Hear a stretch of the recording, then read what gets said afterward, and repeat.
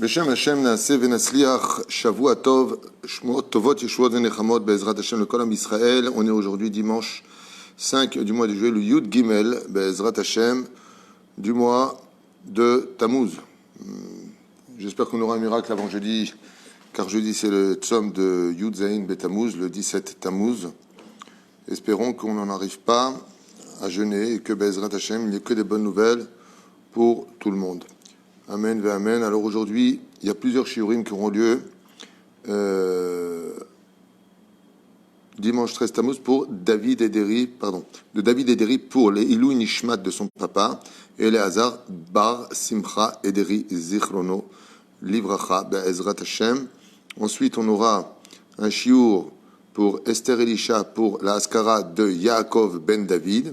Ensuite, on aura un autre shiur pour l'anniversaire Be'ezrat Hashem de Neftali Avraham Rebivo. Be'ezrat Hashem, voilà, ces trois shiurim qui ont été achetés. Et il y aura peut-être un quatrième shiur, Be'ezrat Hashem, Bli Neder, si on a le temps.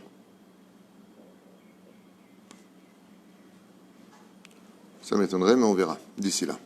Et là, sans plus tarder, j'aimerais remercier tous ceux qui nous soutiennent et en même temps les Refoua Shlema de tous les malades d'Israël, Bichlalam, Moratim Yakdosha, Vatora Saratalea, Batefrat Miriam, Ido David Ben Dina, Francette, Refoua Shlema, Refoua Tenefesh, Refoua Tagouf, une grande Atzlacha pour la famille Rebibo, que Dieu les bénisse. Un grand Todaraba pour Caroline Kiss, Mamash, que Dieu vous bénisse, vous et toute votre famille. Bracha, Revacha, Vatzlacha pour tout ce que vous faites, Be'ezrat Hashem, que Dieu vous comble de joie et de bénédiction. Chaya Catherine Batester et Foua Shlema Achlama Meira Be'ezrat Hashem Barach et Deborah Yuna Shem Verchotach Amiel Emengania, si je prononce bien. Yaakov Daniel Billard, toujours fidèle à nous, Be'ezrat Hashem. Gervet Marciano, je sais qu'elle ne veut pas qu'on donne son prénom, je ne le donne pas. Yochanan Laloua Yakar, Jonathan Bar David, Morach Mipi Elion, Simon Daon Yakar, Bracha Ve'atzlacha Bechol Shachtifne Taskil Ve'tatzliach Be'ezrat Hashem. On remerciera en même temps tous les autres noms. Les Nishmat Kol Mete Israël. Sans plus tarder, nous sommes avec Abraham Avinu qui sort des mains de Avimelech dans nos sages racontes. Donc vous m'aviez demandé, vous étiez très nombreux à me demander comme ça de revenir un petit peu sur l'historique du peuple d'Israël. Quoique c'est pas un livre d'histoire, mais bon, c'est juste pour notre langage à nous, pour qu'il soit clair. Et Abraham, donc, après avoir, Baruch Hashem, récupéré sa femme, Sarah renvoyée, on a vu Agar et son fils, eh bien, se retournera vers une mitzvah que Malkitsédek viendra lui apporter. Alors Malkitsédek, il y en a qui disent que c'est Shem, viendra lui apporter en lui disant, tu sais, il y a un secret, quand rien ne va dans la vie, il y a un secret à faire, il y a un truc qu'il faut faire. C'est-à-dire quoi, quand rien ne va, ça veut dire que rien ne va. Abraham Avinu ne cesse de subir des épreuves non-stop, non-stop, non-stop, non-stop, à un point où, Bémet, quand on lit le Midrash, on en a un peu marre pour lui, alors qu'on n'est même pas concerné par ses souffrances directement. C'est qu'Abraham n'a pas un seul moment de répit. C'est où il n'y a plus d'oseille, c'est la famine. Où il a trop d'oseille, c'est cavette pour lui. Où on lui prend sa femme, et deux fois de suite, une fois chez Pharaon, une fois chez Abimelech. Une fois que c'est fait, il sort de là-bas. Il a que des galères. Il galère, il galère, il galère, il galère. On le poursuit, on veut faire des traités de paix avec lui. Lui, il veut rien, lui, il veut juste servir Hachem. Et en plus de ça, on lui dit, au fait, tu sais, ton fils que tu as élevé, Ishmaël, et Agar, que tu as épousé comme deuxième épouse, eh bien, eux-mêmes, il faudra... C'est pas grave, ça arrive. Eux-mêmes, il faudra que tu les renvoies. J'espère que vous comprenez un petit peu les épreuves d'Abraham. C'est un homme qui est donc deux femmes, Sarah et Agar. Agar est servante. Et il a un fils qui est né de cette union qui s'appelle Ishmaël. Il le met à la porte. Ouais. C'est vrai qu'on a vu qu'il ne l'aimait pas, mais il renvoie son fils et une femme qui, lui, personnellement, bon, ok, c'est l'éducation, ça va s'arranger. Sarah ne l'entend pas du tout de la même oreille et ça explose dans le couple. Ça ne le fait pas. C'est incroyable de voir une telle situation arriver chez Abraham. Abraham, Dieu lui dit, écoute la voix de Sarah, on s'est arrêté là, et il les renvoie de bon cœur. Parce que Dieu, ce qu'il dit par contre, il n'y a pas. Il n'y a pas de sentiment, il n'y a pas de Yemina, il n'y a pas de Smola, il n'y a pas. Avec Dieu, Dieu sait ce qu'il dit, Dieu sait ce qu'il fait, il a une totale émouna en Dieu, 100%. Et donc il demande pardon à sa femme d'avoir douté d'elle, d'avoir été en colère contre elle, Et il lui dit, maintenant que Dieu m'a dit de t'écouter, il y a des femmes qu'on peut écouter, il y en a d'autres qu'il ne faut surtout pas écouter. Comme ça disait les Chachamim, on voit que la femme de Korah, c'était pas une femme à écouter, la femme de On Ben Pelet, c'était une femme à écouter. Ève, il aurait été préférable de ne pas l'écouter, cette grande sadéquette. Sarah, c'est une femme qu'il fallait écouter. Donc, pas toutes les femmes sont à écouter ou pas écouter, ça dépend de qui est la femme, d'ailleurs, tout comme qui est l'homme, dans tous les cas de figure. Mais la reine, aujourd'hui, Abraham maintenant se retrouve à Beersheba, il a récupéré enfin sa femme, il s'installe et il rencontre Malki-Tzedek ou Shem ben Noach. Donc, qui est Malki-Tzedek? Nous dit Midrash, il s'agit donc de Shem, fils de Noach. Et Abraham est prêt à tout écouter. Pourquoi il est prêt à tout écouter? Parce qu'il veut améliorer sa vie et chaque jour, pour lui, est un jour, comme vous le savez tous pour nous, qui ne reviendra jamais. Donc, quand un jour se lève pour nous et qu'on a le mérite d'être encore vivant, il faut profiter de chaque seconde de cette journée et non pas la laisser nous fuir à travers des discussions futiles et des actions inutiles. Il est impératif d'en profiter. Qu'est-ce que va faire Abraham? Voilà ce qu'on va étudier aujourd'hui. C'est Père Abraham qui bisrout ma'asat tzedaka she'asun Noach ubanav vateva.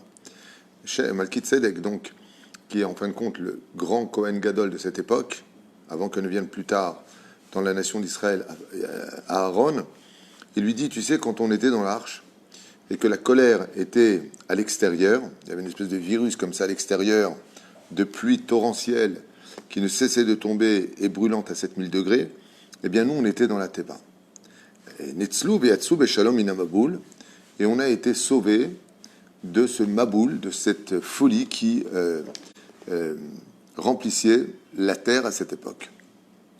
Et Noach était à l'intérieur, il raconte combien il se donnait à fond à l'intérieur. Abraham me pose une question, il dit, mais je ne comprends pas, comment la Teva, du bois avec du poids, tout ce que tu veux, mais on parle d'une eau à 7000 degrés qui tombe non-stop, même un bateau en acier, il n'aurait pas tenu, de quoi est-ce qu'on parle? Il lui dit, tu as raison, la question que tu poses est une question juste, mais il y a quelque chose de plus fort que la nature sur Terre. Il dit quoi? Il lui va, je vais t'expliquer. Ce qui a en réalité sauvé notre bateau, l'arche de Noé, dit donc Malki-Tzedek, qui n'est autre que Shem à Abraham Avinu, eh bien, était protégé par des actions.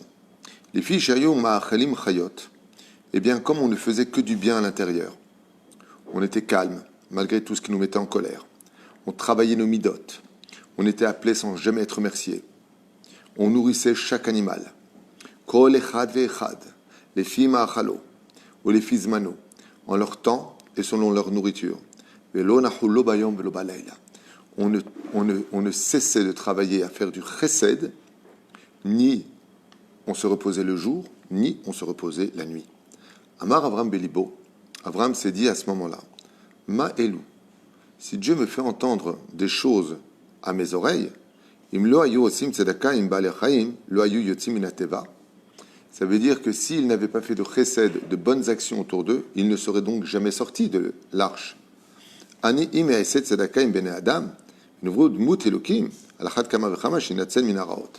Abraham Avinu, c'est pas qu'il en a marre des épreuves, mais il dit, mais comment arrêter tous ces fléaux de la vie? Comment ça se passe? Ça va si mal. On parle de l'époque d'Abraham Avinu. On pourrait faire un décalcage avec aujourd'hui sans problème. Et il dit, j'ai compris. J'ai compris.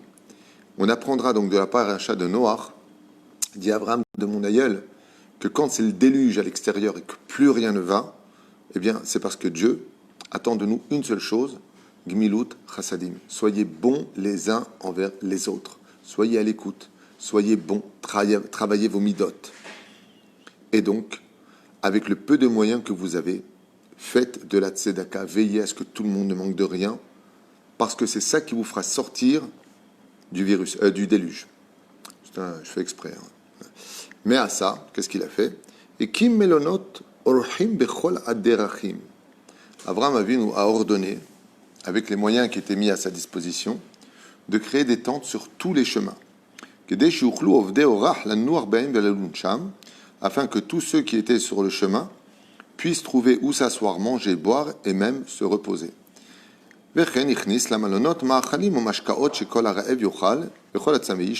Donc, on se vient de dire, on vient de le dire.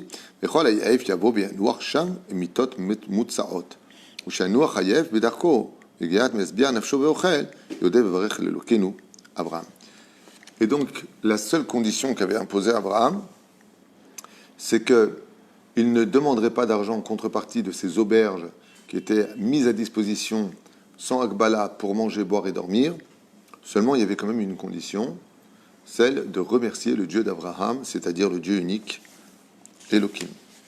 Le Ber Sheva, mais comme Gourav Bana Abraham Baïd Gadol. Et Abraham s'est installé donc à Ber Sheva dans le sud d'Israël, dans le Negev, et y a construit sa grande maison. Alors, en ce qui concerne Abraham, ce qu'il y a de génial à apprendre de lui dans cet épisode, c'est qu'il n'a pas créé une auberge et lui, il habitait dans une villa avec piscine et tout ça. Pas du tout. Ce qu'a fait Abraham Avinu, c'est que sa propre maison était l'auberge. C'est sa propre maison, là où lui vivait, qu'il a construit. Qu'est-ce qu'il a fait? Il construisit une énorme maison, très grande de taille, okay, et fit 4 portes à cette maison. Nord, sud, est et ouest.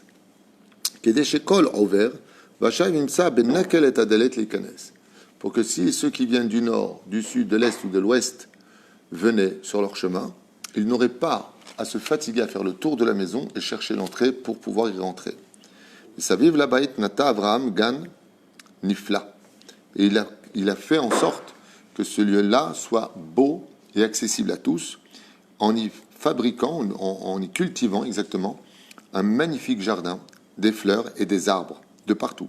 Ovo Atseperi Tovim, les Ma'achal, il a planté donc là-bas des vignes, il a planté là-bas des orangers, des pommiers, des poiriers, de toutes sortes de fruits, arbres fruitiers.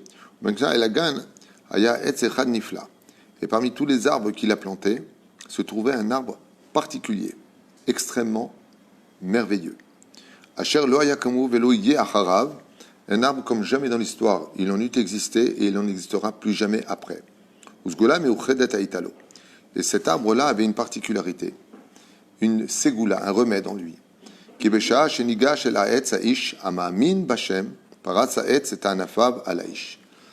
comment Abraham savait avec qui il avait affaire? Il n'appelait pas Madame Soleil, qui n'en savait rien d'ailleurs, mais il appelait cet homme à venir se reposer sous cet arbre. Et là, il se passait un miracle. C'est que dès que la personne s'asseyait sous cet arbre, eh bien, les branches d'arbres s'allongeaient et faisaient encore plus d'ombre pour protéger, dans le Negev, qui est un désert assez aride, des rayons du soleil. Et Abraham savait que grâce au fait que l'arbre réagissait sensiblement à la personne qui se trouvait dessous, il comprenait que cet homme était une bonne personne et qu'il croyait qu'un monde avait été créé par Dieu. Si ce n'était pas le cas, l'arbre restait figé sans aucune réaction. Et bien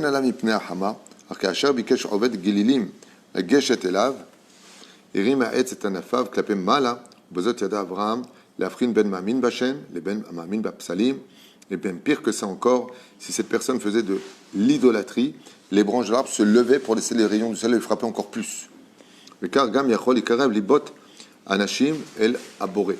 Et donc on voit qu'Akadosh Baruch Hu, il était vraiment avec Abraham de telle façon à ce qu'Abraham avait un scanner avec lui et qu'il avait cet arbre spécial qui d'un côté où il s'allongeait, qui voulait dire oui c'est un homme qui est juste, c'est un homme qui est bon, et donc Abraham savait quel mot utiliser pour le rapprocher du monothéisme.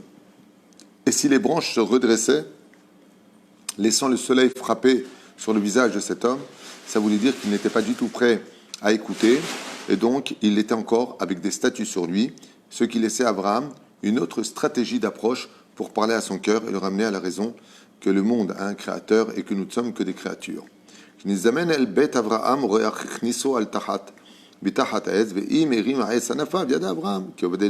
son l'a déjà lu, je ne sais pas pourquoi il revient dessus.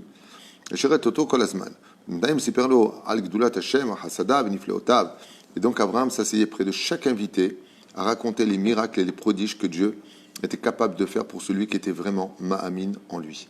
Car Ishpia, al-Kol Oreach la Kir Bashem, et Abraham influençait chaque personne pour lui faire connaître la grandeur de Dieu, Shuadon Haolam, avec beaucoup d'amour et beaucoup de patience, sans jamais menacer et encore moins frapper. Nichnesu d'Ivra Abraham Belev Ocham, et Abraham avait une telle parole tellement douce qu'elle pénétrait le cœur de l'homme, Azouet Elohem Veiminu Bashem Levado, et qu'Abraham a fait des milliers, voire beaucoup plus, des centaines de milliers de personnes qui étaient devenues des Bnei Noach, qui n'étaient pas spécialement convertis à la religion d'Abraham, qu'on appelle donc Abraham est le père des Hébreux, la religion juive que l'on connaît aujourd'hui, mais il est laissé tel quel, juste d'adhérer à la magnificence du Dieu d'Israël. Car nit parsem Abraham b'maaset tzidkato, et dans le monde entier, tout le monde parlait de la gentillesse, de la justesse, de la bonté, de l'extraordinaire qu'était Abraham Avinu, un homme qui était bien au-dessus des autres, aussi bien en sagesse qu'en connaissance, et qui pourtant se comportait comme un homme on ne peut plus ordinaire. Umikol haaretz itpasmu, itasfu slicha ubaou elav anashim nashim vataf. Et tout le monde rêvait de rencontrer un jour Avraham Avinu, comme tout le monde rêvait de rencontrer le Rabbi Lubavitch ou le Rav Ovadia Yosef. Combien de gens me disaient j'aimerais bien rencontrer le Rav Ovadia Yosef aussi à l'époque. Eh bien, les hommes, les femmes, les enfants venaient des quatre coins de la terre juste pour rencontrer cet homme qui s'annonçait comme être un révélateur de cette époque. Gam anashim miskenim ba'u lefkot lesaper al tsarotav lefanav et lifnehem lefanav. Et Avraham Avinu alav shalom devait faire prendre une très grande patience, car du monde entier, tout le monde venait le voir et lui raconter ses propres malheurs. Et Avraham les écoutait les uns après les autres, et avec beaucoup de patience, il répondait à chacun d'eux la solution qui pourrait mettre un terme à sa souffrance. Vet kullam kibel Avraham besimcha ou be'ahava, et chacun était reçu avec amour et avec joie. Et echil otam veishka otam nichem al lev koev. Avraham trouvait toujours les mots pour relever le cœur de l'homme. Et il savait que de cette façon-là, le monde deviendrait meilleur et que les soucis finiraient par partir. Car le monde n'est autre qu'un l'image de nos cœurs.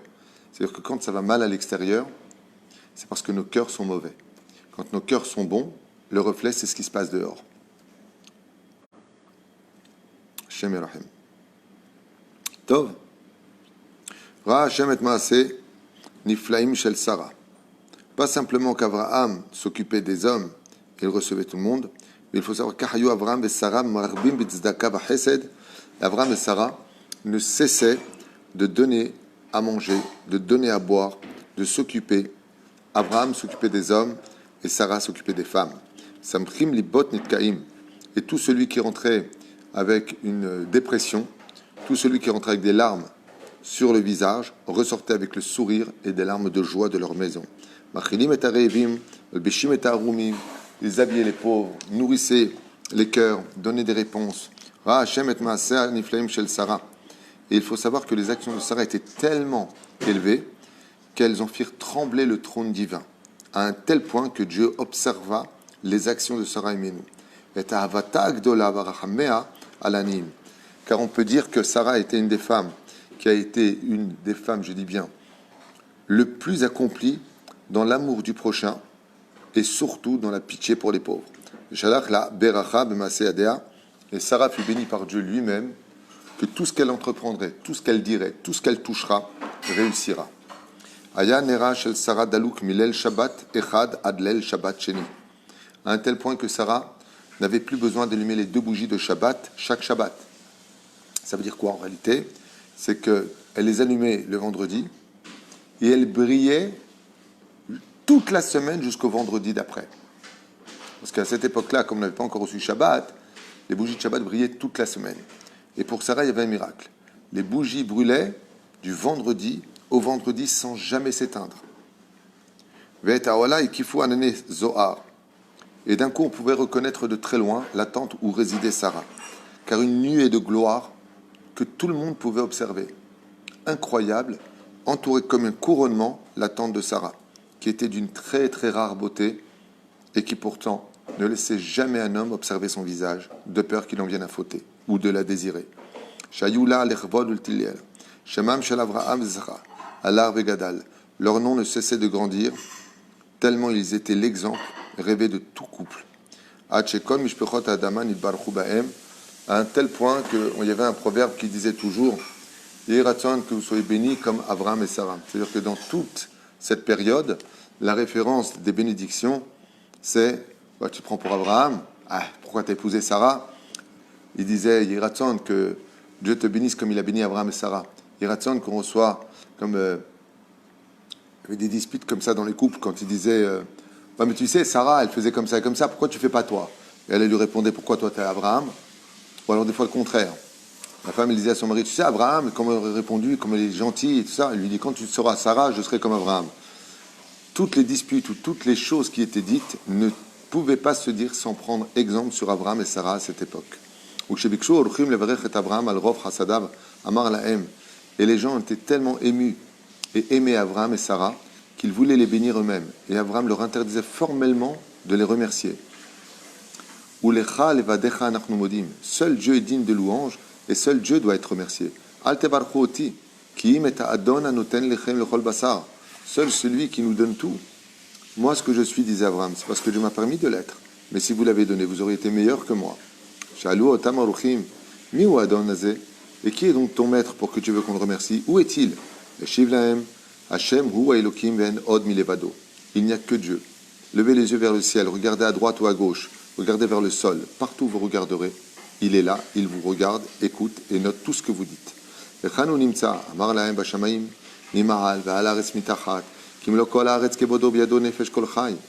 Votre neshama est entre ses mains. Quoi,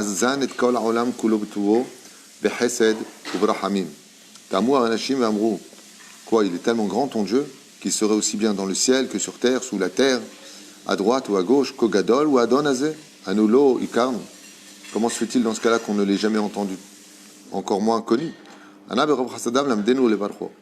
se demandait à Abraham, dis-moi, toi qui es le père de la nation juive, comment doit-on bénir ton Dieu?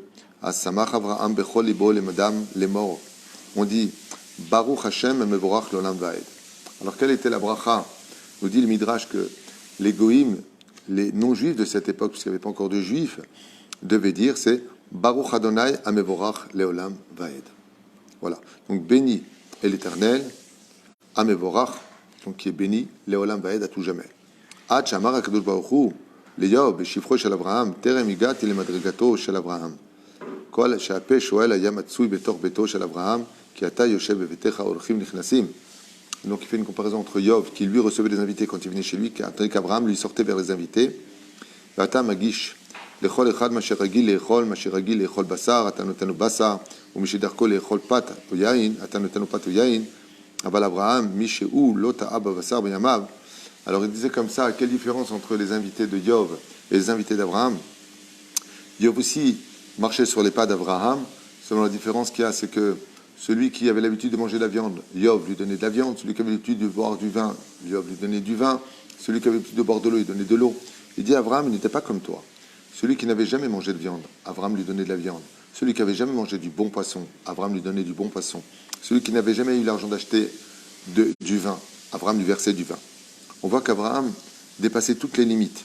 Aïkar, renforcer l'âme et réparer le monde de sa plus grande tristesse. C'est-à-dire qu'Abraham Avinu alav shalom avait pris sur lui une mission qui est très peu connue du judaïsme en ce qui concerne Abraham, qui a été rapportée par la Chassidoute, entre autres Rabbeinu Nachman, Mi Breslev et le Rabbi de Lubavitch, entre autres, c'est de redonner l'espoir aux gens et d'arrêter d'être triste.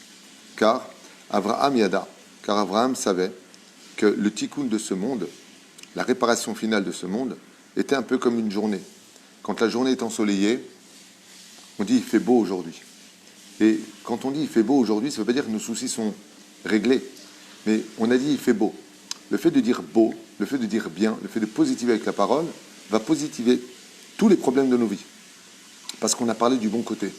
Mais quand il fait gris, on dit oh, c'est saoulant, il ne fait même pas beau. Le fait de dire il ne fait même pas beau va influencer sur l'énergie de tous nos soucis. Qu'est-ce que voulait faire Abraham? Réparer le monde, apporter la rédemption et montrer à Dieu qu'il peut commencer à se dévoiler dans le monde. Pourquoi? Il dit, c'est très simple. Tant que le monde est triste, tant que le monde ne se relève pas d'être sa mère de ce que Dieu lui donne, d'être heureux de vivre ce qu'il vit, le monde ne peut pas évoluer. Donc qu'est-ce que fait Abraham? D'un côté, il fait du chesed, mais son but, c'est de redonner l'espoir et le sourire.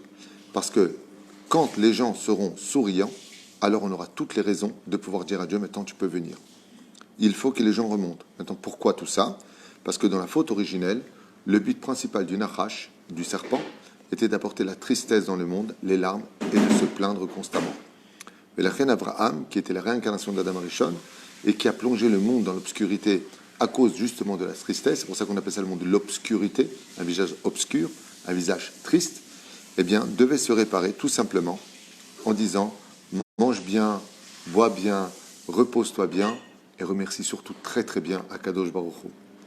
Tant que tu vis, c'est que Dieu laisse vivre cette lumière en toi pour que tu te répares. Mais la reine, tous les malheurs de ce monde, comme c'est marqué, c'est parce que vous n'avez pas travaillé Dieu dans la joie que vous avez subi tous ces malheurs. Donc comment on répare ça? Abraham connaît le secret. Et il dit, eh bien maintenant, moi je vais tout faire pour donner le sourire à tout le monde, de telle façon à ce que Bezrat Hashem, le monde se répare et que la Géoula se dévoile. Voilà ce qu'on vient de découvrir aujourd'hui dans ce merveilleux Midrash. Et on se dit tout de suite Bezrat Hashem pour le prochain cours. Alors, je rappelle que ce shiur a été acheté par David Ederi Ayakar pour les Ilou Nishma de son papa, Eleazar Ben Simcha Ederi, Bar Simcha Ederi, Zichrono Libracha, Roi Hashem, Tenachenu Began Eden Elion, Vechol Shorvi Mimo, Oufren. On refait maintenant le shiur aussi pour l'élévation de l'âme de l'Askara de Yaakov Ben David. A tout de suite pour le prochain shiur. Kol Tov.